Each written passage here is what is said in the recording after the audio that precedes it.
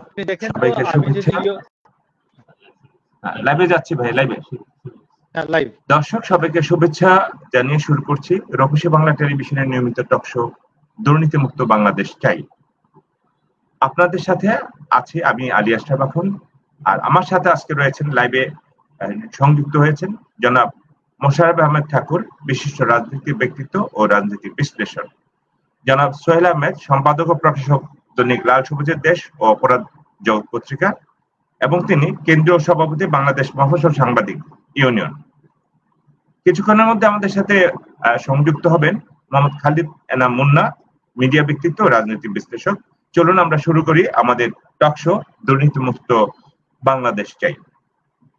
এখন এই যে দুর্নীতিমুক্ত বাংলাদেশ নিয়ে কথা বলছি, এখন কিন্তু চায়ের দোকানে, গ্রামে, হাটে, বাজারে, দেশে বিদেশে মানুষ কিন্তু বাংলাদেশের বিভিন্ন মানুষের দুর্নীতির কথা চাউর হচ্ছে। তারা কিন্তু চায়ের দোকানেও আড্ডা মারতে মারতে, টিভি দেখতে দেখতে এই কথাগুলো বলে, বাজারে গেলে সেখানেও বলে।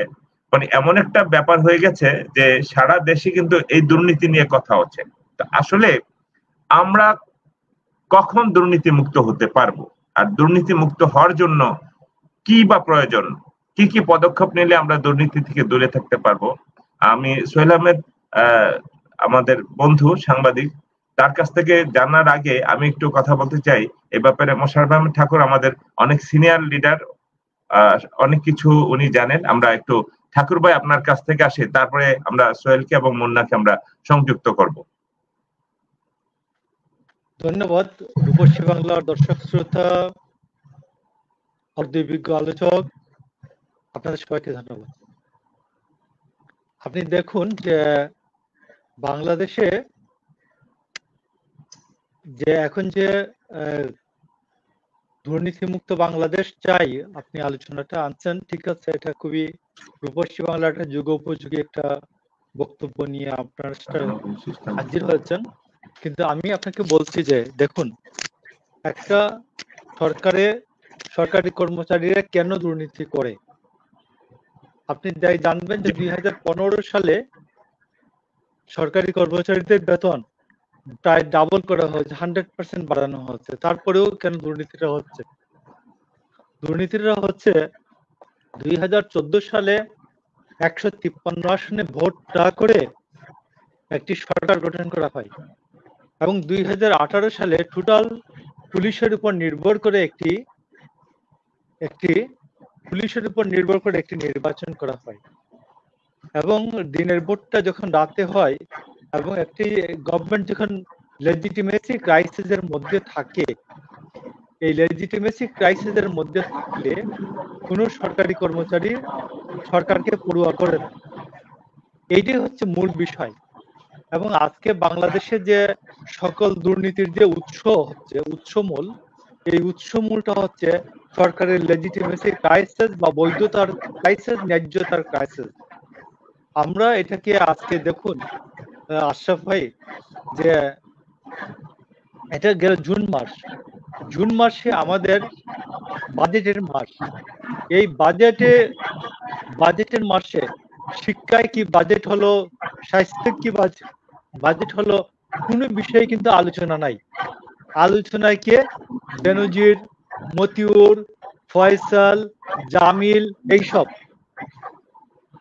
তো সরকার আমাদের, এবং নতুন করে গত 2 দিন ধরে আলোচনায় আছে, আপনি দেখবেন গত 2 দিন ধরে যে বিশ্ববিদ্যালয়ের শিক্ষকদের পেনশন আর ছাত্রদের কোটা আন্দোলন। আমি বুঝতে পারছি না যে গভর্নমেন্ট কি নিজেরাই এই আন্দোলনটা নিজেরাই তৈরি করলো কিনা, যে যাতে, এবং ওইদিকে করিডোর দিয়ে আসছে, আমাদের রেলওয়ে করিডোর দেওয়া হয়েছে। তো রেলওয়ে করিডোর নিয়ে আপনি আলোচনা করবেন, না শিক্ষকদের পেনশন নিয়ে আলোচনা করবেন? দুর্নীতি নিয়ে আলোচনা করবেন, না ছাত্রদের কোঠা নিয়ে আলোচনা করবেন? সরকার এই আন্দোলনগুলিকে নিজেরা ইনস্টিগেট করছে, উস্কানি দিচ্ছে, উস্কানি দিয়ে দেখছে যে মূল আন্দোলনটা যেন চাপা পড়ে, মূল বক্তব্যটা যেন কেউ না আনতে পারে। এইটা হচ্ছে সরকারের মূল উদ্দেশ্য। আমি এইটুকুন পর্যন্ত এখন যেতে চাই। আচ্ছা, মোশাররফ আহমদ ঠাকুর, আমি আপনার সুন্দর গুণগর্ব বক্তব্য শুনলাম। আমি একটু এই ব্যাপারে জানতে চাচ্ছি, যেহেতু সোহেল আহমেদ দুটি পত্রিকার সম্পাদক, একটা হচ্ছে লাল সবুজের দেশ দৈনিক পত্রিকা, এবং একই সাথে সে বাংলাদেশের খুব বিখ্যাত ক্রাইম পত্রিকা অপরাধ জগতের সম্পাদক। তো অপরাধ জগৎ মানেই তো প্রায় প্রতি সপ্তাহে এই ধরনের দুর্নীতি, অনাচার, এইসব নিউজগুলা, ক্রাইম নিউজগুলো এখানে ছাপা হয়। আবার একই সাথে এখন আপনি বাংলাদেশ মফস্বল সাংবাদিক ইউনিয়নের সভাপতি। তো একজন সাংবাদিক হিসেবে, আপনার পত্রিকার সম্পাদক হিসেবে, একজন প্রকাশক হিসেবে এই দুর্নীতির বিরুদ্ধে আপনার বক্তব্যটা যদি একটু তুলে ধরে। ধন্যবাদ। রূপসী বাংলা টেলিভিশনের আজকের এই অনুষ্ঠানের সম্মানিত উপস্থাপক এবং আমার অত্যন্ত শ্রদ্ধাভাজন মোশাররফ আহমেদ ঠাকুর ভাই, উপস্থিত আমাদের এই লাইভ অনুষ্ঠান। আমরা শুনতে পাচ্ছি না সোহেল, একটু জোরে বলতে হবে অথবা মাইক্রোফোনটা মুখের সামনে নিতে হবে। এখন শোনা যাচ্ছে? এখন শোনা যাচ্ছে? তো ধন্যবাদ রূপসী বাংলা টেলিভিশনের সম্মানিত উপস্থাপক এবং আজকের সম্মানিত অতিথি মোশাররফ আহমেদ ঠাকুর ভাই, এবং আমাদের আজকের অনুষ্ঠান যারা দর্শক হিসাবে লাইভ উপস্থিত করেছেন তাদেরকে সবাইকে আমার শুভেচ্ছা জানিয়ে আমি আজকে দুর্নীতি মুক্ত বাংলাদেশ চাই এই অনুষ্ঠানের সম্মুখীন হয়েছি।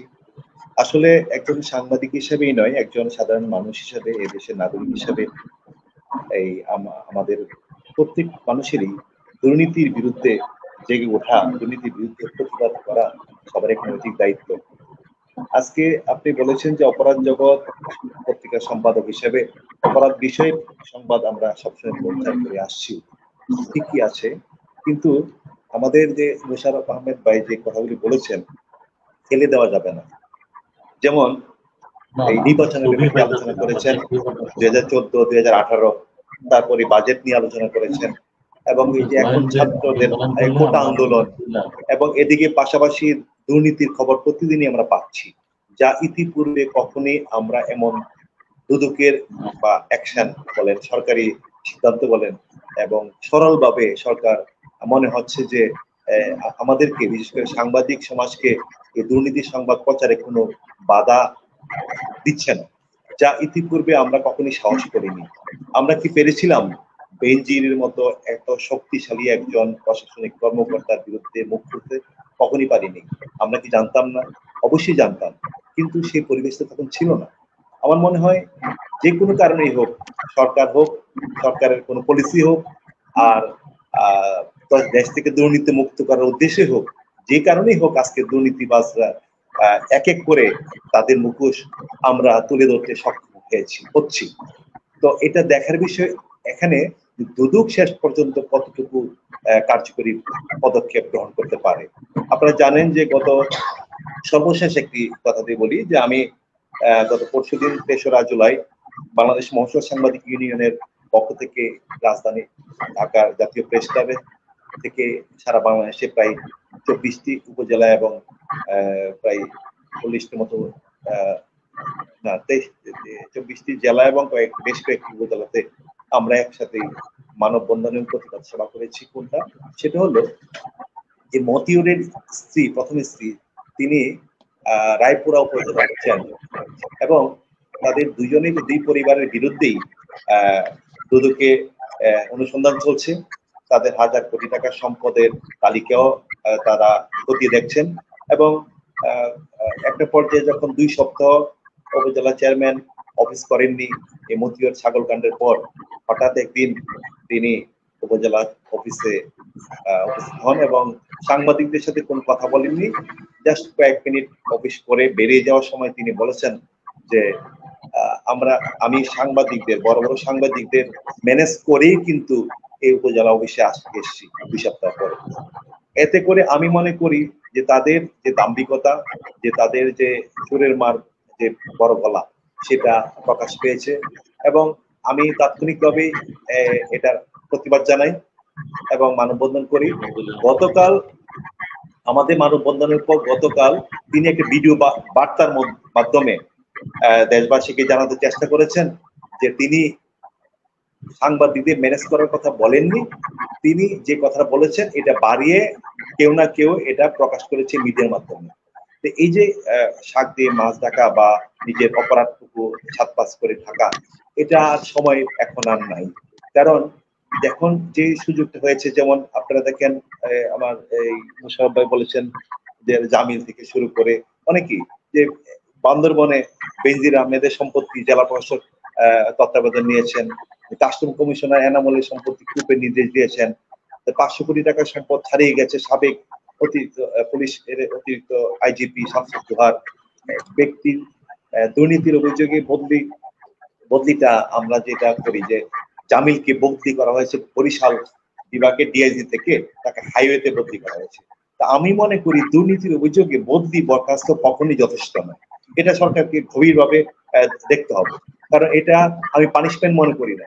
কোথায় তার হাজার কোটি টাকার দুর্নীতি, আর সেখানে এসে জাস্ট একটি ডিপার্টমেন্ট একটি বিভাগ থেকে একটি অঞ্চলে যাবে, এটা তার পানিশমেন্ট হতে পারে না, এটা একটা আইওয়াস। আমি সরকার আপনাদের মাধ্যমে বর্তমান সরকারের যে পরিকল্পনা দুর্নীতির বিরুদ্ধে সরকার যেভাবে আমাদের সাংবাদিকদের বা নিজেরা যে তদন্ত করে ব্যবস্থা গ্রহণ করার জন্য দুদককে নির্দেশ দিয়েছেন বা সরকার সিদ্ধান্ত নিয়েছেন, পাশাপাশি আমি মনে করব যদি প্রমাণিত হওয়ার আগ পর্যন্ত তাদেরকে পদ থেকে তাদের একটি জায়গাতে বা পুলিশ লাইনে হোক বা আইজিপি অফিসে হোক বা যে ডিপার্টমেন্টের অপরাধী চিহ্নিত হবে, প্রমাণিত হওয়ার আগ পর্যন্ত তাকে বদলি যাতে না করেন এবং তাকে অন্য জায়গায় অন্যত্র যেন কোনো ব্যবস্থা না নেন। এই যে এইভাবে লাস্টে আপনি দেখেন মতিউরের ব্যাপারটা আবার বলি, অবশেষে গতকাল বোধহয় 2 স্ত্রী এবং সন্তান সহ মতিউরের সম্পত্তির হিসাব চেয়ে নোটিশ করেছেন। 112% জমি এবং 4টি ফ্ল্যাট, ঢাকা শহরে গুলশানে বাড়িদারাতে 4টি ফ্ল্যাট জব্দ করার নোটিশ, জব্দ করার জন্য গ্রুপকে নির্দেশ দিয়েছেন। এভাবে আমি মনে করি যে কারণে হোক, যে আবার মুশারফ ভাই যে কথাগুলো বলেছেন যে প্রশাসনিক যে দুর্বলতা একটা সময় ছিল, যে রাতের ভোট দিনে করেছে, দিনে ভোট রাতে, এগুলি আমরা অনেকেই বলে থাকি বা হয়েছে। যে কারণে হোক প্রশাসনের কাছে সরকার একটা সময় আমার মনে হয় দুর্বল ছিল, যে কারণে হোক আমি এই মুহূর্তে ওই বেশি টানতে চাচ্ছি না। শুধু বর্তমানে যে দুর্নীতি মুক্ত বাংলাদেশ গড়ার জন্য যেভাবে সরকার এখন চাচ্ছে, যেভাবে দুর্নীতিবাদের মুখ উন্মোচন হচ্ছে, এটা যদি চলমান থাকে, তাহলে আমি মনে করি এমন কোন ডিপার্টমেন্ট নেই যেখানে দুর্নীতিবাজ এখনো অবস্থান করছেন না। আপনি ভূমি অফিস বলেন, থানা পুলিশ বলেন, পুলিশের উদ্বোধন কর্মকর্তা বলেন, আপনি রাজস্ব কর্মকর্তা বলেন, বিদ্যুৎ অফিস বলেন, গ্যাস অফিস বলেন, আপনি ছোট জায়গা থেকে নিয়ে একদম টপ অবস্থানে যারা জড়িত, প্রত্যেকের দুর্নীতির সাথে জড়িত। এবং একটা পিয়ন, যে কলেজের পিয়ন, আমি সচিবালয়ের পিয়ন বলবো না, একজন কলেজের পিয়নের দেখা গেছে কয়েক কোটি টাকার বাড়ি পাওয়া গেছে। এগুলি কিভাবে হয়েছে? দীর্ঘদিনের লালিত, দীর্ঘদিনের সরকারের অবহেলা বলেন, সরকারের দুর্নীতিবাজ কর্মকর্তাদের সহযোগিতায় বলেন, এবং সরকারের দেখে না দেখার বান, যে কোনো স্বার্থেই হোক, আজকে এটা একটা পর্যায়ে বৃহৎ আকার ধারণ করেছে। আপনি দেখেন যারা হাজার হাজার কোটি টাকা দুর্নীতি করে বিদেশে টাকা পাচার করেছে, যদি সেই টাকা এবং দুর্নীতিবাজদের সম্পদ যদি সরকার গ্রুপ করে, তাহলে আমার মনে হয় এমন 10টি পদ্মা সেতু বাংলাদেশে করা সম্ভব। আজকে দ্রব্যমূল্যের অবস্থা কোথায় গেল? আজকে দেখেন বাংলাদেশে গ্রাম অঞ্চলে, আপনারা জানেন যে গ্রাম অঞ্চলে সাধারণ পরিবার বাজারে গিয়ে সামান্য শাক সবজি কিনে বাড়ি ফেরার মতো ক্ষমতা রাখে না। আজকে এমন কোনো জায়গা নাই যেখানে মানুষ স্বাচ্ছন্দ্য হবে এবং এই সামান্য যে টাকাটা তারা চাকরি করে পায় বা ব্যবসা করে পায়, সেদিক দিয়ে বাজারের দ্রব্যমূল্য যে অবস্থা, সে অবস্থায় পরিবার চালানো খুব কষ্ট হয়ে দাঁড়িয়েছে। পাশাপাশি শুধু এতটুকু না, দুর্নীতি রোধ করার জন্য সরকারের কঠোর পদক্ষেপ লাগবে। এবং আমি আবারও বলছি যে শুধু একজন অপরাধী চিহ্নিত হওয়ার পরে তাকে অন্যত্র বদলি করাটা পানিশমেন্ট না, তাকে সাথে সাথে বিভাগীয় ব্যবস্থা করতে হবে, তার সম্পদগুলি ক্রোধ করতে হবে, তারপর সরকারের আইনগতভাবে দুদক যে দায়িত্ব নিয়েছে, দুদককে এখন দুদক সরব, হঠাৎ দুদক সরব হয়ে আসে। কেন হঠাৎ আসবে? দুদকের দায়িত্ব কি মাসে একবার, 6 মাসে একবার দুর্নীতিবাজদের বিরুদ্ধে কথা বলবে আর বাকি সময় নিজেরা দুর্নীতি করবে? দুদকের অনেক কর্মকর্তা আছে দুর্নীতির সাথে জড়িত, তাদের প্রমাণিত হয়েছে, তাদের জেল হয়েছে। দুদকের কর্মকর্তা যদি দুর্নীতির সাথে জড়িত থাকে তাহলে তারা কি করে দুর্নীতি রোধ করবে? আমি মনে করি সরকারে আর কঠোর হতে হবে এবং কঠোর পদক্ষেপ গ্রহণ করে দুদককে আরো শক্তিশালী হতে হবে। এবং আমরা সাংবাদিকরা নিউজ করার পরে দুদক সরব হয়, বেঞ্জি নিজেই জানে না তার কত সম্পদ রয়েছে। সাংবাদিকরা মাথার ঘাম পায়ে ফেলে জীবনের ঝুঁকি নিয়ে তাদের অবৈধ সম্পদ প্রচার করার পর দুদক সরব হয়। দুদক বলে যে আমরা তদন্ত করে দেখি যে তার কোথায় কি সম্পদ আছে, এই সম্পদগুলি তার সঠিক আছে কিনা, এই সম্পদগুলি তার ট্যাক্স দেওয়া আছে কিনা।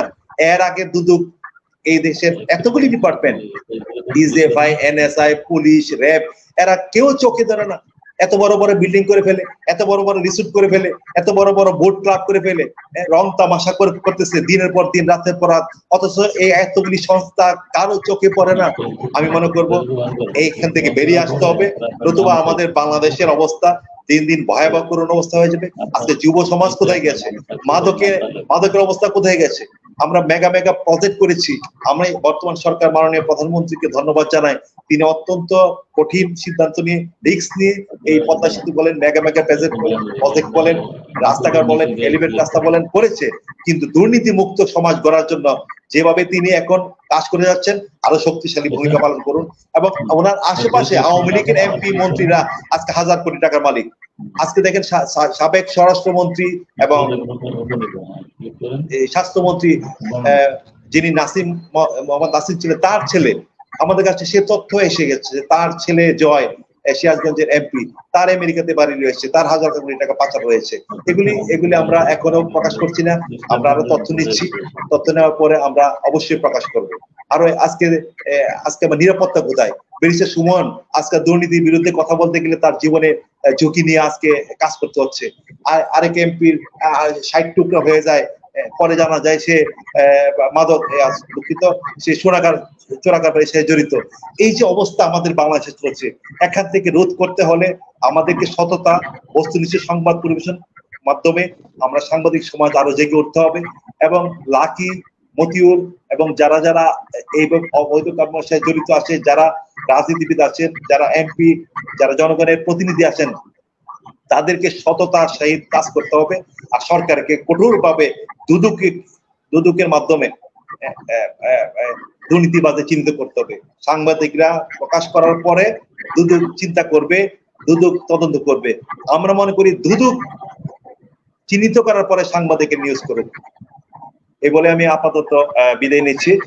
ধন্যবাদ আমার বন্ধু। ধন্যবাদ সোহেল আহমেদ। আপনার লাইনে থাকেন আমাদের আরেকজন সদস্য মুন্না ভাই, এখনো ঢুকতে পারেননি, উনি ট্রাই করতেন, যুক্ত হতে পারেননি। তো আপনার এই কথার রেশ ধরে যদি একটু জানতে চাই মোশাররফ আহমেদ ঠাকুর, কারণ দীর্ঘদিন ধরে তিনি এই বিষয়গুলো নিয়ে কথা বলছেন, বিভিন্ন মিডিয়াতে সবসময় তিনি কিন্তু বলে আসছেন, কিন্তু চোরাই না শুনে ধর্মের কাহিনী। তো উনি বলে আসছেন, বলার জন্য বলা, কিন্তু আসলে শোনার জন্য কেউ শুনছে না। আমি একটু জানতে চাই, এই যে ঠাকুর ভাই, আপনি তো নিজে একজন সাংস্কৃতিক ব্যক্তিত্ব, আমরা ওই যে এনবিআর এর ফয়সাল বা বেনজির, মতিউর রহমান, এনবিআর এর লাকি, এদের কথা তো আমরা সবাই জানি, কিন্তু আপনাকে আরেকটু আমি জানিয়ে দেই যে বাংলাদেশ টেলিভিশনে, যেখানে আমরা সবাই বিভিন্ন সময় যাই, আমি নিজেও টেলিভিশনের একজন গীতিকার, তো সেক্ষেত্রে টেলিভিশনের আপনার পরিচালক অর্থ আতাউর রহমান, তারও কিন্তু দুর্নীতির অনেক বড় একটা বিষয় বেরিয়ে আসছে, যে হাজার হাজার কোটি টাকার একটা বিষয়, টেলিভিশনের টাকা লোপাট হচ্ছে। আচ্ছা, তারপরে দেখুন অনুষ্ঠান নিয়ন্ত্রক মোল্লা তৌহিদুর রহমান, এখন সবাইকে বলে এটা হলো বিএনপির, কিন্তু এই যে লোপাট হচ্ছে, উনি তো বহাল তবিয়তে অনুষ্ঠান অধ্যক্ষ, অনুষ্ঠান নিয়ন্ত্রক, তাহলে আওয়ামী লীগ বিএনপি বলা তো শব্দ নয়, উনি সরকারি কর্মকর্তা। আবার দেখেন জে এম মাহফুজা, সে চট্টগ্রাম ছিল, চট্টগ্রামতে এসে শত শত কোটি টাকা লোপাট করেছে সরকারের। তো এই যে জনগণের টাকা লোপাট করে শিল্পীদের শিল্পী সম্মানী না দিয়ে, আমরা শুনেছি যে এই শিল্পী সম্মানী তারা না দিয়ে তারা টাকাটা কি করে, একটা যারা নাকি ইম্পোর্টার এক্সপোর্টার তাদের কাছে টাকাটা রাখে 1 মাস 2 মাসের জন্য। ধরেন এখানে যদি 50 কোটি টাকা ওদেরকে দেওয়া হয়, সেই 50 কোটি টাকা তারা 50 লক্ষ টাকা এখান থেকে সুদ পাইলো, সেই টাকাটা রেখে পরে 1 মাস পরে আপনাকে শিল্পী সম্মানী দিচ্ছে। তার মানে আপনার টাকা আমার টাকা তারা লোপাট করে সেটার থেকে আপনার ঘুষ সুদের দুর্নীতি করছে। এই যে একটা বিষয়, এটা গেল। তারপরে আপনারা দেখেন যে কিছু কিছু পুলিশ আছে যারা ছোট ছোট চাকরি করে, কিন্তু তাদের বউদের হাতে দেখবেন খুব দামি দামি মোবাইল, তাদের সন্তানদের হাতে দেখবেন অনেক দামি দামি মোবাইল। তো উনি কয় টাকা বেতন পায়? এত দামি মোবাইল কোত্থেকে তারা ব্যবহার করে? তো এই বিষয়গুলো যদি একটু উপস্থাপন করতেন, আমরা একটু জনগণের কাছে পৌঁছে দিতে পারতাম আপনার বক্তব্যটা। ধন্যবাদ আশরাফ ভাই। আমি আপনাকে বলি যে বাংলাদেশে কোন সেক্টরে দুর্নীতি নাই? এই সরকার সবগুলো প্রতিষ্ঠানকে ধ্বংস করছে। 1 নম্বর দেখুন আমাদের বিচার বিভাগ। বিচার বিভাগের সম্পর্কে অনেক কথা আছে, কিন্তু প্রধান বিচারপতিকে সে বলছে, প্রধান বিচারপতিকে সে ঘাড় ধাক্কা দিয়ে বের করে দিয়েছে, প্রধান বিচারপতিকে লাথি দিয়ে বের করে দিয়েছে। আমাদের সাথে সংযুক্ত হয়েছেন খালেদা এনাম মুন্না, আপনাকে স্বাগত জানাচ্ছি আমাদের এই অনুষ্ঠানে। জি ধন্যবাদ। আসসালামু আলাইকুম। তো আমি বলছি যে এখানে যে বিচার বিভাগকে ধ্বংস করেছে এই সরকার। এই সরকার পুলিশ বিভাগকে ধ্বংস করেছে বেনজিরের মতো লোককে দিয়ে। বেনজিরকে মাত্র 11 বছর, এই 2011 সাল থেকে 2021 সালের মধ্যে 5 বার বিপিএম পদক দেওয়া হয়েছে, এবং 21 সালে তাকে রাষ্ট্রীয় সততার জন্য রাষ্ট্রীয় শুদ্ধাচার পুরস্কার দিয়েছে। আমার বক্তব্যটা হলো যে এই শুদ্ধাচার পুরস্কারের সময় একটা ক্যাবিনেট কমিটি হচ্ছে। আপনি আলিয়া সাহেব, আপনি নিশ্চয়ই জানেন, মুন্নাও জানে যে 21 পদক সমস্ত পদক দেওয়ার ক্ষেত্রে একটা করে ক্যাবিনেট কমিটি হয়। এই ক্যাবিনেট কমিটিতে কারা ছিলেন, কোন সচিবরা, কোন মন্ত্রীরা ছিলেন, যে বেনজিরকে শুদ্ধাচার পুরস্কার দেওয়ার সময় এই কোন ক্যাবিনেট কমিটি বিবেচনা করেছে এদেরকে বিচারের আওতায় আনা হোক। আজকে 5 বার তাকে বিপিএম পদক দেওয়া হয়েছে, 5 বার, 2011 সাল থেকে 21 সাল পর্যন্ত। এই সময় কারা এই কমিটিতে ছিলেন এই পদক বিবেচনার জন্য, এদেরকে প্রত্যেককে বিচারের আওতায় আনা হোক। তাহলে দেখবেন যে এগুলো কমবে, দুর্নীতি কমবে। আজকে তথ্য মন্ত্রণালয় হচ্ছে একটি সন্ত্রাসী মন্ত্রণালয় হয়েছে। আপনি যা বললেন, বাংলাদেশ টেলিভিশন তো হচ্ছে এটা সরকারি টেলিভিশন, কিন্তু কথা তো এমন ছিল না। কথা তো ছিল যে বাংলাদেশ টেলিভিশন মিনিমাম নিরপেক্ষতা বজায় রাখবে। আমাদের সময় মিনিমাম নিরপেক্ষতা বজায় রাখছে এটা। তো এখন বিএনপির নাম হলেই কেউ যে ঢুকতে পারবে না বাংলাদেশ টেলিভিশনে।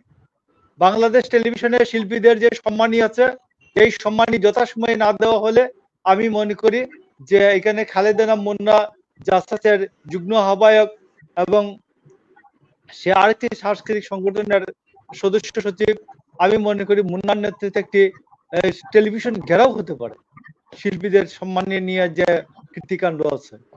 আমি এই জন্য আপনাকে বলছি যে আজকে বাংলাদেশ আমরা স্বাধীন হয়েছিল বাংলাদেশ যে লক্ষ্যে, সেই লক্ষ্য থেকে বাংলাদেশ লক্ষ্যচ্যুত হচ্ছে। প্রধান লক্ষ্যটা ছিল যে সমতা, equality, human dignity and social justice. তো এখানে সমতাও নাই, ইকুয়ালিটিও নাই, সোশ্যাল জাস্টিসও নাই, মানবিক মর্যাদাও নাই। তো এই বাংলাদেশ তো একটা ব্যর্থ রাষ্ট্রে পরিণত হচ্ছে। বাংলাদেশকে এই ব্যর্থ রাষ্ট্রে পরিণত হওয়ার হাত থেকে রক্ষার জন্য আমি মনে করি আমাদের বাংলাদেশের সকল শ্রেণী পেশার মানুষকে এগিয়ে আসতে হবে। আর না হলে বাংলাদেশের কপালে সিকিমের চেয়ে খারাপ পরিণতি অপেক্ষা করছে।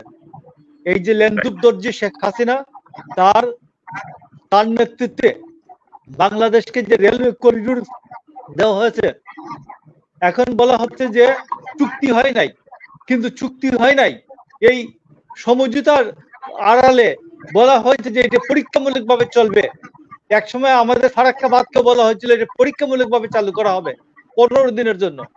আজকে 53 বছরে এটা বন্ধ হয় নাই। একবার যদি রেলওয়ে পরীক্ষামূলকভাবে চালু হয়, এটা আর কোনোদিন বন্ধ হবে না।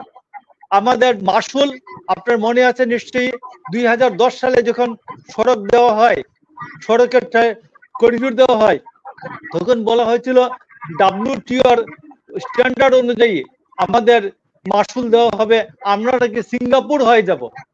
কোথায় সিঙ্গাপুর হলাম? মাল মুহিত বললেন, অর্থমন্ত্রী মাল মুহিত, মশিউর রহমান, তারা বললেন বন্ধু রাষ্ট্রের কাছে মাসুল চাওয়া হচ্ছে অসম্পত্তি। মাল মুহিতের কি বাবার সম্পত্তি মাসুল? বাংলাদেশ মাসুল চাওয়া অসভ্যতা? মাসুল চাওয়া, মাসুল দিবেন না?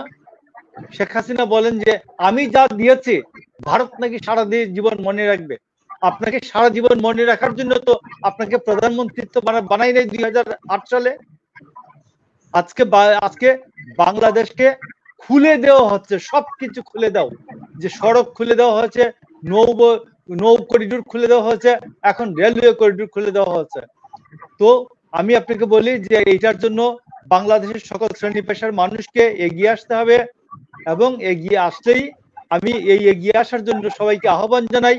এবং আমাদের দেশনায়ক তারেক রহমানের নেতৃত্বে বাংলাদেশে যে গণতন্ত্রের আন্দোলন চলছে, দেশনেত্রী বেগম খালেদা জিয়ার মুক্তির জন্য যে আন্দোলন চলছে, এই আন্দোলন শুধু বিএনপির আন্দোলন না, এটা সারা বাংলাদেশের মানুষের গণতান্ত্রিক অধিকারের আন্দোলন, সারা বাংলাদেশের মানুষের স্বাধীনতা সার্বভৌমত্ব রক্ষার আন্দোলন, সারা বাংলাদেশের আমাদের আগামী প্রজন্ম স্বাধীন বাংলাদেশে থাকবে কিনা। আপনি দেখবেন পররাষ্ট্রমন্ত্রী বলেছেন প্রধানমন্ত্রীর চীন সফরে ভারতের কোনো আপত্তি নাই। আমার সার্বভৌমত্ব আছে? পররাষ্ট্রমন্ত্রীরা বলতে পারেন যে আমি কি ভারতের অনুমতি নিয়ে চীন যাব?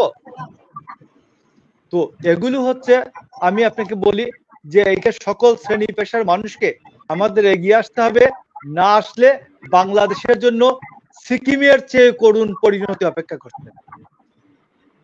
ধন্যবাদ মোশাররফ আহমেদ ঠাকুর আপনাকে আপনার জ্ঞানগর্ভ বক্তব্যের জন্য।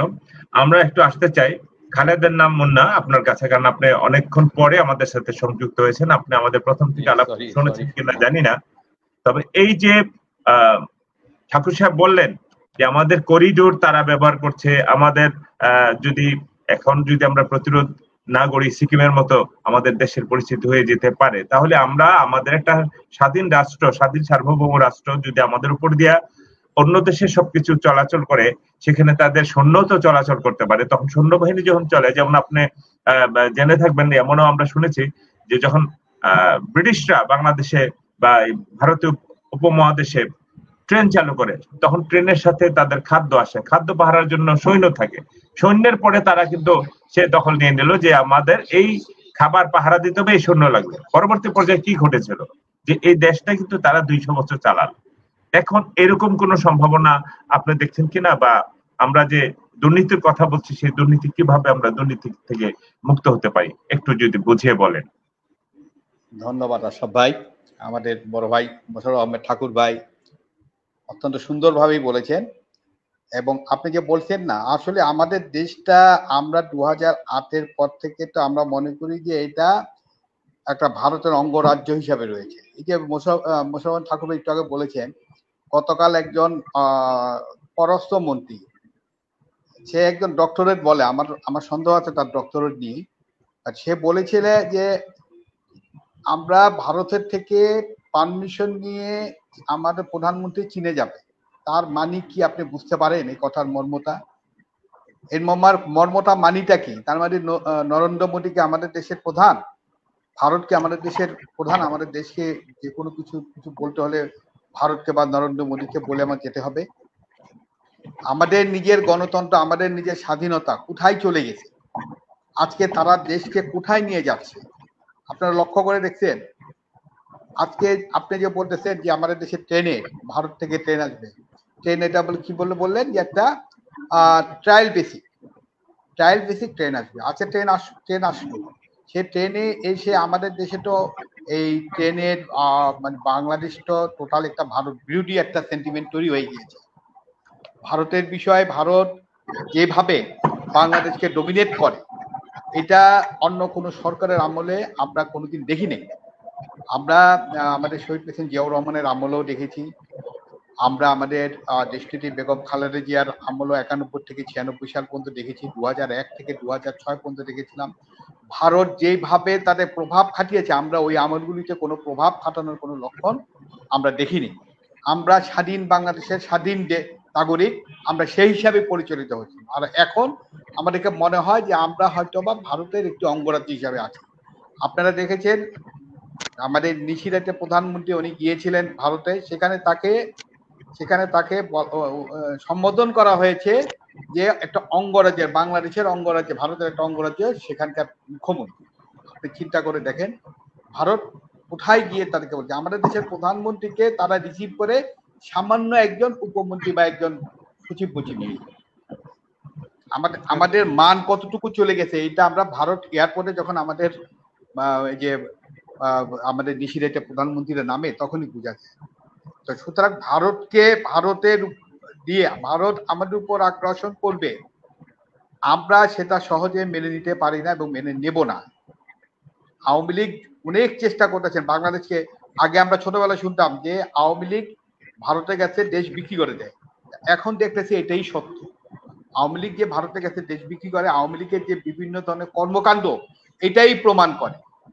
এবং বিশেষ করে গতকালের যে কথাটা ছিল পররাষ্ট্রমন্ত্রী, সে যে কথাটা বলেছে এবং সে জনসম্মুখে বলেছে, আমরা ভারতের কাছে অনুমতি নিয়েই আমরা চীনে যাচ্ছি।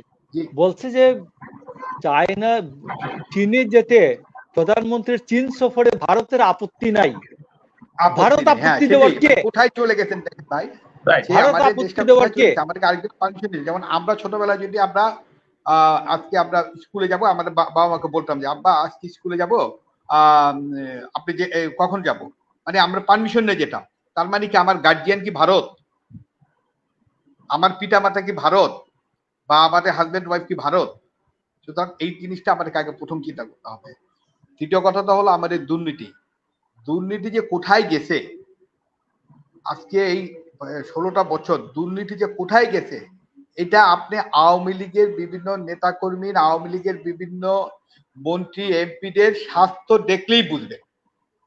16 বছর আগের তাদের স্বাস্থ্যের অবস্থাটা কি, বর্তমানে স্বাস্থ্যের অবস্থাটা কি।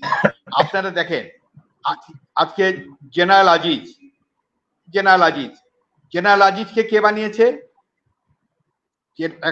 একটা দেশের কোন প্রধানমন্ত্রী, কোন একটা দেশের প্রধান বাহিনীর প্রধান হতে হলে তাকে এনএসআই ডিজিএফআই অনেক রিপোর্ট লাগে, রিপোর্ট দিয়ে ভালো রিপোর্ট হলে তাকে সেই জায়গায় গভর্নমেন্ট বসায়। তাহলে এটা কি মনে করেন, আমি কি মনে করবো না এই দুর্নীতির সাথে শেখ হাসিনা জড়িত নাই, আওয়ামী লীগ জড়িত নাই? কারণ তাদের দেওয়াই তো। নিয়োগটা কে দিছে? জেনারেল আজিজকে নিয়োগ কে দিছে? বেনজিরকে নিয়োগ দিয়েছে। বেনজির এত বড় বড় কথা বলছে যে মাটির তল থেকে সে সন্ত্রাসীদের ধরে নিয়ে আসবে। এখন আমরা তাকে কোন জায়গাটা ধরে নিয়ে আসবো? সাত সমুদ্রের নিচের থেকে আমরা তাকে ধরে নিয়ে আসবো? সে যে তার যে দুর্নীতি, এই দুর্নীতি আপনি দেখেছেন। একটা পুলিশ অফিসার কত টাকা বেতন পায়? তারটা মনে হয় আলাউদ্দিনের চেরাগ। সেখানেও বুঝতে হবে, এখানেও নিয়োগ দিছে কে? এখানেও নিয়োগ দিছে শেখ হাসিনা।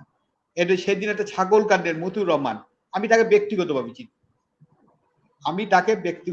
চিনি। সে ঢাকা ইউনিভার্সিটির মহাচিনলের ছাত্র ছিলেন।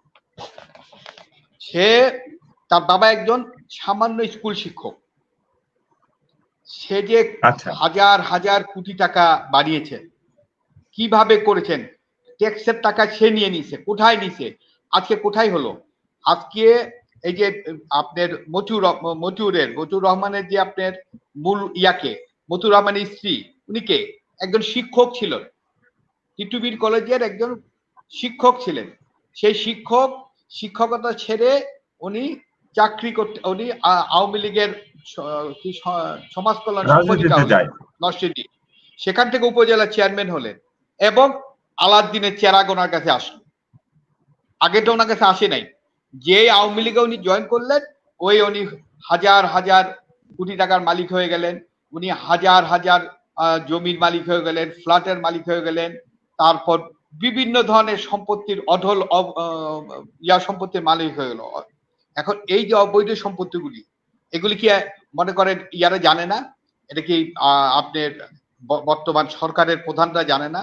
অবশ্যই জানে, কিন্তু তারা এগুলিকে দিয়েছেন। আজকে দেখেন মতিউর রহমানের মেইন যে ক্যাশিয়ার, আজকে তাকে হারানো হচ্ছে না, ফরিদউদ্দিন হলো আপনার মতিউর রহমানের মেইন ক্যাশিয়ার। মতিউর রহমানের ভাই কাইয়ুম হাওলাদার, সেও একজন মতিউর রহমানের সব টাকা তার কাছে। তারপর মতিউর রহমানের এক দুলাভাই নুরুল ইসলাম মৃধা, তার টাকাও তার কাছে। তাদের কাছে ধরুক, আপনি ধরেন না কেন? আজকে যদি বিএনপির কেউ করতো, আজকে বলেন তো আপনি, আজকে যদি বিএনপির কোন একটা লোক এরকম একটা করতো, সরকার তো তাকে নাই সাই কইরা ছেড়ে দিত। দেখেন দেশনেত্রী বেগম খালেদা জিয়া, তাকে 2 কোটি টাকা, 2 কোটি টাকা কে দিছে?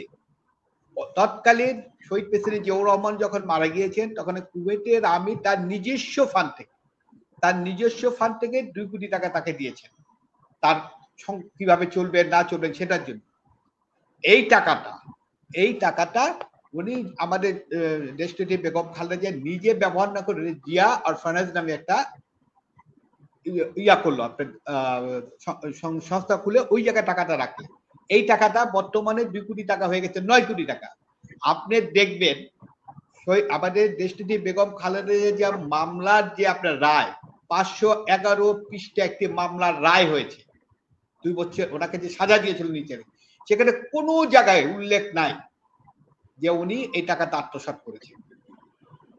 তৎকালীন 111-এর সময় মঈনুদ্দিন এবং আপনার কি ভুলে গেলাম, মঈনুদ্দিন আর হলো আপনার ফখরুদ্দিন এরা ছিল। এই মামলাটা যখন দেয়, তখন যে নথিগুলি ছিল, নথিগুলি তারা পুড়িয়ে ফেলছিল, কারণ নথিগুলির মধ্যে কোনোখানেই ছিল না যে টাকাটার বৈধভাবে যে টাকাটা এখানে ছিল। আজকে এই টাকার জন্য তাকে কি করলো দেশনেত্রী বেগম খালেদা, বাংলাদেশের সবচেয়ে প্রিয়, বাংলাদেশের জনগণের সবচেয়ে প্রিয় নেত্রী, বাংলাদেশের জনগণের বাংলাদেশের উন্নয়নের যে স্বপ্নদ্রষ্টার আমাদের নেত্রী দেশনেত্রী বেগম খালেদা জিয়াকে তারা দুর্নীতির দায়ে মিথ্যা একটি মামলায় আজকে সাজা দিয়ে দিয়েছে। তার মুক্তি হয় না, তার জামিন হয় না। জামিন হয় কাদের? আওয়ামী লীগ যারা করে তাদের জামিন হয়ে যায়। যেমন আপনি দেখেন হাজী সেলিমের, দুর্নীতিবাজ, তার দুর্নীতি প্রমাণ হয়ে গেছে, সাজা হয়ে গেছে, তার জামিন হয়েছে। আপনি দেখেন মায়া চৌধুরী, তার জামিন, তার সাজা হয়েছে, তার জামিন হয়, সে ঘুরে ফিরে। আর দেশনেত্রী বেগম খালেদা জিয়া যে কোনো যার কোনোর মধ্যে কোনো আপনি দেখবেন 511 পৃষ্ঠাটা আপনার মামলার একটা রায় আছে, সেখানে কোনোখানে বলে নাই যে আমরা এটা, যে বিচারক বা ইয়ারা দিয়েছেন রায়টা, এই রায়টা ইনশাআল্লাহ বুঝবেন আগামী দিনে যখন আবার কোনো মুন্না, আমরা আসছি আপনার কাছে একটু পরে। একটু সোহেল আহমেদের সাথে কথা বলে আসি, উনি অনেকক্ষণ ধরে অপেক্ষা করছেন। জি জি জি, সোহেল আহমেদ যদি একটু আমাদেরকে বলেন। সোহেল, আমরা একটু আপনার সাথে কথা বলতে চাই। সোহেল, আপনি একটু ছোট করে বলেন যে আসলে দুর্নীতির যে বিষয়গুলা বললেন, যে আমাদের রন্ধ্রে রন্ধ্রে দুর্নীতি এখন ঢুকে গেছে সরকারের বিভিন্ন ইয়েতে। এখন আপনি একজন সাংবাদিক হিসেবে সেটা কিভাবে বিশ্লেষণ করবেন? দেখুন, আমি আপনার এই আজকের অনুষ্ঠানে ইতিমধ্যে বলেছি যতটুকু, কিন্তু আসলে দুর্নীতি রোধ করার ব্যাপারে তো সাংবাদিকদের কোনো দায়িত্ব না। আপনারা দেখেন যে সাংবাদিকরা নিউজ করার পর দুদক চোখ খোলে। সাংবাদিক যখন অনুসন্ধানী কোনো রিপোর্ট করেন, তথ্যভিত্তিক রিপোর্ট করেন, তখন দুদক খোঁজ নেন যে আমরা তদন্ত করতেছি, দেখি কার কত সম্পর্কে কি আসে বিষয়। কিন্তু আমি আপনার এই আজকে রূপসী বাংলা টেলিভিশনের মাধ্যমে বর্তমান সরকারের দৃষ্টি আকর্ষণ করছি যে দুদককে আরো শক্তিশালী সততার সাথে কাজ করতে হবে, এবং দুদকের তদন্তের মাধ্যমে আমরা যেন সংবাদ পাই। আমাদের সংবাদের পরে দুদক মাথা চাড়া দিয়ে ওঠে, তাদের নজরে পড়ে। এর জন্য সাংবাদিকরা আজকে লাকি যে উপজেলা চেয়ারম্যান, আপনারা জানেন যে গত পরশুদিন আমাদের মানববন্ধন ছিল সারা বাংলাদেশেই, এবং লাকি এরপর দিনই উনি একটা ভিডিও বার্তার মধ্যে শেয়ার করেছেন, এবং বেশ কিছু জায়গায় আমাদের সাংবাদিকদের হুমকিও প্রদান করা হয়েছে, বিশেষ করে নরসিংদী অঞ্চলে।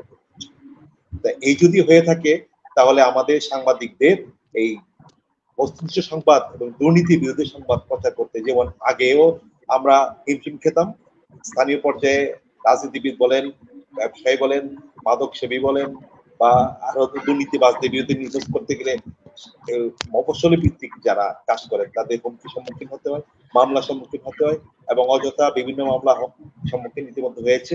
আমি আপনার মাধ্যমে, আপনার এই অনুষ্ঠানের মাধ্যমে বর্তমান সরকারকে বলবো যে দুদককে আরো শক্তিশালী এবং সততার মধ্যে কাজ করতে হবে, এবং দুদকই এই যারা বর্তমান সরকারের অনেক এমপিদের বিরুদ্ধে দুর্নীতি অভিযোগ রয়েছে, এবং অনেক পুলিশ প্রশাসন ইতিমধ্যে আপনারা জেনেছেন, আপনারা দেখছেন যে বর্তমানে গত 1 মাস যাবৎ প্রতিদিনই কোনো না কোনো ওসি থেকে শুরু করে একদম ডিআইজি পর্যন্ত, অতিরিক্ত আইজিপি পর্যন্ত, রাজস্ব কর্মকর্তা বলেন, ভূমি কর্মকর্তা বলেন, তারপর আপনার বিদ্যুতের কর্মকর্তা বলেন, একের পর এক তাদের দুর্নীতির যে সংবাদ প্রচার হচ্ছে, এটা যেন সুষ্ঠু তদন্তের মাধ্যমে এটা সঠিক বিচার হয়।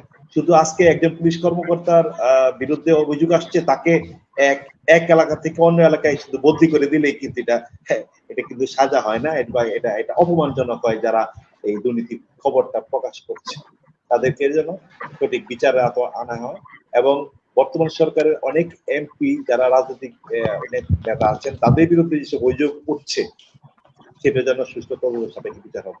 ধন্যবাদ সবাইকে, ধন্যবাদ আজকের সঞ্চালক আমার বন্ধুবর আলী আসলামকে, আমাদের শ্রদ্ধাভাজন দুইজন ব্যক্তি, একজন মোশাররফ আহমেদ ঠাকুর ভাই এবং খালেদ নাম মুন্না ভাইকে। এই বলে আমি আমার বক্তব্য শেষ করছি। আসসালামু আলাইকুম। আচ্ছা, ধন্যবাদ আপনাকে, চমৎকার করে আপনি ব্যাপারটা উপস্থাপন করলেন। আমরা একটু কথা বলবো জনাব কি বলে আমাদের মোশাররফ আহমেদ ঠাকুরের কাছে, কারণ উনি একজন বিদগ্ধ জন। আমরা ছোট থেকে তার অনেক বক্তব্য শুনে এসেছি, এবং উনি যে বক্তব্যগুলো করে সেগুলো আসলে সত্যের কাছাকাছি, সত্যের নিরিখেই করে। তা আমি যে কথাটা বলছিলাম যে একটু আগে সোহেল বলে গেল যে আসলে এই একটা দুর্নীতিবাজের বিরুদ্ধে যখন মামলা হয়, মামলা হওয়ার পরে দুদকে হোক বা যে কোনো জায়গায় হোক, তাকে কি করে ওখান থেকে সরায় দেয়, মানে অপসারণ। অর্থাৎ এক জায়গায় সে দুর্নীতি করেছে, সে আরেক জায়গায় যেয়ে তার চেয়ে বড়টা করলো। অর্থাৎ চোর ছোট চুরি করেছে, ধরা পড়ার কারণে সে এখন যে আরেক জায়গায় গেল, সেখানে ডাকাতি করার সুযোগ পায়। আচ্ছা, তারপরে অপসারণ করে বা প্রত্যাহার করে, আবার কখনো তাকে চাকরিচ্যুত করে। কিন্তু এইটাই কি শেষ কিনা? কারণ এটা তো তাকে উৎসাহিত করা হলো। এখন তাকে যদি মামলার আসামি করা হতো, তাকে যদি গ্রেফতার করা হতো, সে যদি জেল হাজতে থাকতো, তার বিরুদ্ধে যদি নিয়মিত মামলা হয়ে আপনার বিচার কার্য চলতো, তাহলে হয়তো আমাদের দেশ থেকে এই দুর্নীতি সন্ত্রাস কমে যেত। আপনি কি বলেন? দেখুন আশরাফ ভাই, সেটা হচ্ছে যে এখানে আপনি দেখবেন যে বেনজিরকে বলা হচ্ছে, বেনজিরের বিরুদ্ধে তারা ব্যবস্থা নিচ্ছে। আপনি দেখেন যে 1861 সালের PRB, police regulation of Bangladesh, এর মাধ্যমে পুলিশ প্রতিষ্ঠিত হয়। তো এই 200 বছরের পুলিশের ইতিহাসে কোনো আইজি রিটায়ারমেন্টের পরে তার নিরাপত্তাজনিত পুলিশ প্রটোকল পায় না। বেনজিরের জন্য বিশেষ নিরাপত্তাজনিত বিশেষ পুলিশ প্রটোকল এটা রাখা হচ্ছে। তো আপনার মাধ্যমে আমি দৃষ্টি আকর্ষণ করতে চাই যে দেখুন যে আজ পর্যন্ত কি বেনজিরের পুলিশ প্রটোকল উইথড্র করা হয়েছে? আপনি দেখছেন এমন কোন পত্রিকায় কোনো নিউজ আসছে যে বেনজিরের যে পুলিশ প্রটোকল ছিল, বেনজিরের নিরাপত্তাজনিত পুলিশ প্রটোকল প্রত্যাহার করা হয়েছে? এই সংবাদ দেখছেন? কোন সংবাদ আসে না। তো সেখানে বেনজিরের যে পজিশন যা ছিল, বেনজিরের পজিশন যা ছিল তাই আছে। এইগুলো সব হচ্ছে আই ওয়াশ, সব আই ওয়াশ। এখানে বেনজিরকে নিয়ে ব্যস্ত দেখো, মতিউরকে নিয়ে ব্যস্ত দেখো, মতিউরের কিছুই হবে না, বেনজিরের কিছুই হচ্ছে না। এবং এই যে আজকে যে আবার জুন মাসে সে 7,95,000 কোটি টাকার বাজেট দিয়েছে। এই বাজেট প্রদানের ক্ষমতা, পেশ করার ক্ষমতা, বাজেট পাশ করার ক্ষমতা এই সরকারের নাই। এই সরকারের লেজিটিমেসি ক্রাইসিস যেটা আছে, বৈধতার সংকট আছে। এই বৈধতার সংকটের মধ্যে যে সে কোথায় কতটা শিক্ষাতে কত দিল স্বাস্থ্যে কত দিল, কোথায় কি বাজেট, বাজেটের কি সংস্থান, বাজেটে 5 লক্ষ কোটি টাকা সে বলছে যে ধরা হবে, কি বলে জনগণের কাছে ট্যাক্স আদায় করা হবে। আমাদের দেশে কোনো সময় 3 লক্ষ কোটি টাকার উপর বাজেট আর ট্যাক্স আদায় হয় নাই। তো সে বাকি 2 লক্ষ কোটি টাকা কি করবে, বিদেশ থেকে ঋণ নিবে। তো এই যে আজকে ঋণের অতল গহ্বরে বাংলাদেশ তলিয়ে যাচ্ছে, এইটার জন্য যেন মানুষ আন্দোলন করতে না পারে, এই জন্য কি আনছে, নতুন করে কোটা সংস্কার। এটা কোটা সংস্কার, সে কোটা বাতিল করেছে, এখন সে হাইকোর্টের মাধ্যমে কোটা নিয়ে আসছে। আজকে শিক্ষকদের একটা সেটেলড ইস্যু, শিক্ষকরা পেনশন পাচ্ছিলেন, সে বলছে যে এইসব পেনশন স্কিম যারা পেনশন পায় না এদের জন্য। তো সেই শিক্ষকদের পেনশন স্কিমকে নিয়ে নতুন একটা প্রস্তাব দিয়ে শিক্ষকদেরকে আন্দোলনে নামাইছে। এবং এই শিক্ষকরা গত 15 বছরে কোনোদিন জনগণের কোনো স্বার্থ নিয়ে, দাবি দাওয়া নিয়ে, ছাত্রদের দাবি দাওয়া নিয়ে কোনো বক্তব্য বলে নাই।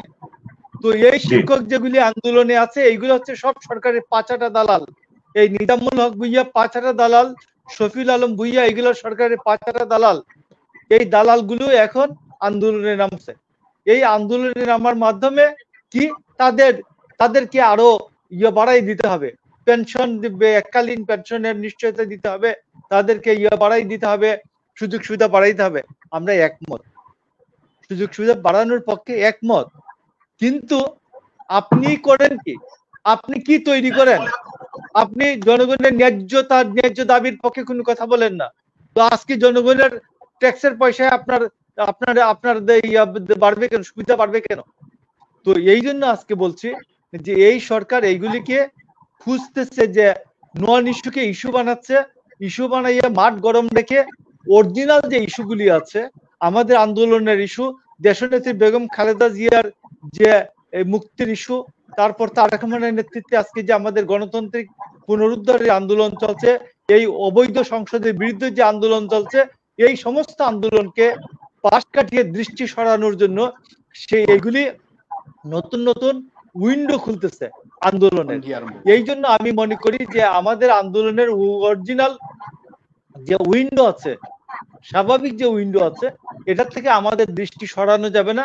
আমাদেরকে সঠিক লাইনে এগিয়ে যেতে হবে এবং আমাদের নতুন করে কর্মসূচি, আমি মনে করি বিএনপি আমাদের এই কর্মসূচি দিবেন এবং বাংলাদেশের জনগণের মাধ্যমে তারেক রহমানের নেতৃত্বে এই বেগম এই গসেটি বেগম শেখ হাসিনার পতনে অবশ্যই হবে। এবং আমি মনে করি এরপরে আমাদের মুন্না আজকে কথা বলতে পারে নাই, মুন্নাকে লাস্ট বক্তা মুন্নার মাধ্যমে শেষ করে দেবে। ধন্যবাদ মোশাররফ আহমদ ঠাকুর আপনাকে। আপনি সুন্দর করে আপনার বিষয়টা উপস্থাপন করলে, যেটা আমাদের দর্শকরা বিভিন্ন জায়গা থেকে কিন্তু বলছে, আমাদেরকে এখনো তারা মেসেজ দিচ্ছে, আমরা দেখতে পাচ্ছি। তো আমি সর্বশেষ একটু কথা বলতে চাই, খালেদের নাম মুন্না, আপনার সাথে আপনাকে ছোট করে যদি বলেন, আপনাকে দিয়ে আমরা শেষ করব, আমাদের হাতে সময় কম, আপনি একটু ছোট করে বলেন যে আসলে আপনি কি বলতে চান। যে কোটাটা এখানে পুলিশের কোটা আছে, আর্মির কোটা আছে, শিক্ষকের কোটা আছে, বিদেশি বিনিয়োগকারীদের কোটা আছে, এই কোটার যে বিষয়টা, হ্যাঁ, মুক্তিযোদ্ধার কোটা আছে, এই কোটা হতে হতে আপনার যারা নাকি এদেশের মেধাবী ছাত্র তারা কিন্তু আর থাকে না।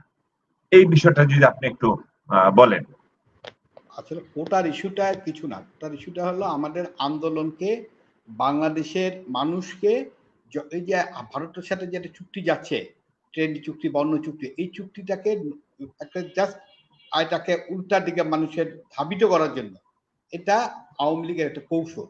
এগুলি দিয়ে থাকবে, মানুষ এগুলি নিয়ে থাকবে, আর এদিক দিয়ে তারা তাদের যে আকাঙ্ক্ষাগুলো আছে, এই সরকারের যে আকাঙ্ক্ষাগুলি, যেগুলি তারা করে যাবে। আমি একটা কথা আপনাকে বলতে চাই, আমি ওই সময় বলতে খেয়াল ছিল না, আমাদের দেশনেত্রী বেগম খালেদা জিয়া যে কুয়েটের যে ইয়াটা দিয়েছিল, যে 2 টাকা তাকে একটা চিঠি দিয়েছিল, চিঠি সহকারে এই টাকাটা দিয়েছিল।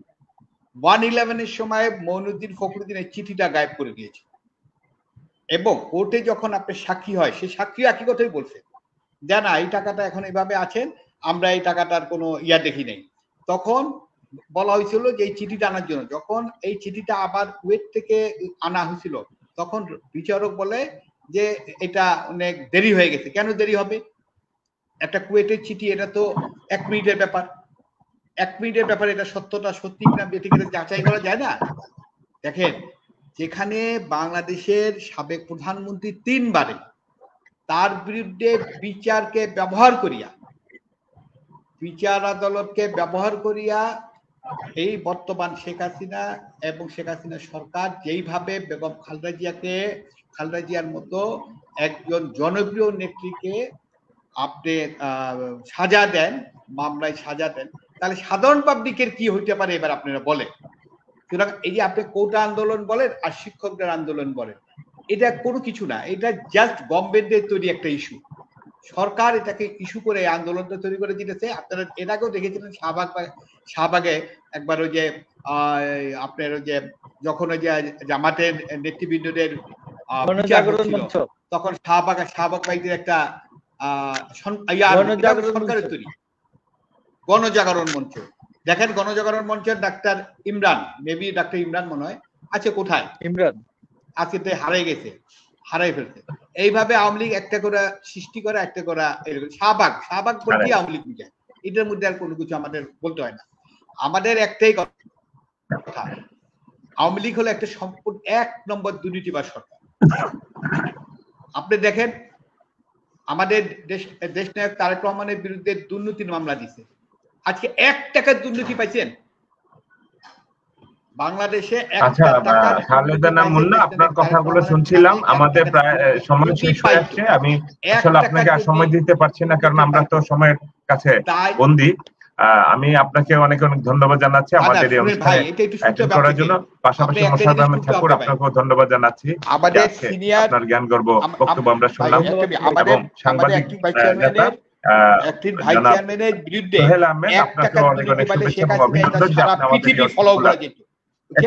কিন্তু তার ছেলের বিরুদ্ধে আমাদের দুর্নীতি আছে। তার ছেলে বাংলাদেশের লক্ষ লক্ষ টাকা, লক্ষ লক্ষ কোটি টাকা সবাই ভালো থাকবেন, তার বিচারে বাংলাদেশ হবে না। আমি সবার কাছে বিদায় নিলাম। আমি আলী আশরাফ খান এই অনুষ্ঠান থেকে আজকের মতো বিদায় নিচ্ছি। আজকে তাদের দিয়েছে সকল দুর্নীতিবাদদের মধ্যে আওয়ামী লীগ যেহেতু একটা দুর্নীতিবাদ সরকার, আওয়ামী লীগের প্রত্যেকটা মন্ত্রী হলো